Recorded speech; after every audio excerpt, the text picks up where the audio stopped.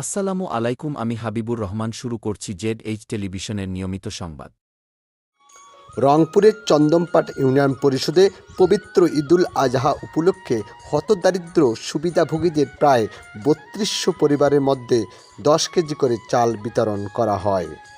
VGF চাল বিতরণে ভারপ্রাপ্ত চেয়ারম্যান তাজুল ইসলাম, ইউনিয়ন পরিষদের প্রশাসনিক কর্মকর্তা মকসুদুর রহমান, ইউপি সদস্য রফিকুল ইসলাম সহ সকল ইউপি সদস্যগণ সুষ্ঠু ও শান্তিপূর্ণভাবে ভিজিএফের চাল বিতরণ করেন। আমি মোহাম্মদ তাজুল ইসলাম, চন্দনপাট ইউনিয়ন ভারপ্রাপ্ত চেয়ারম্যান। আমাদের মাঝে ৩,১৫০টি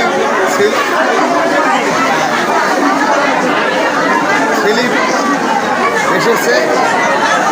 আমরা প্রধানমন্ত্রীর সম্মুখে স্লিপটি বিতরণ করতেছি।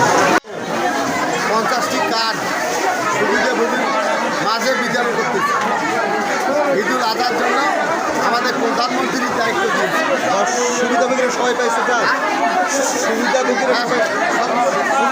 সবাই চাল ওজনে কারচুপি বা অনিয়ম এ ধরনের কিছু নাই? কোনো চাল বিতরণে অনিয়ম বা কারচুপি, চাল ওজনে কম এই ধরনের এখনো হয়নি? তাহলে আপনারা সুষ্ঠুভাবে বিতরণ করতেছেন? ইনশাআল্লাহ। News desk, ZH television.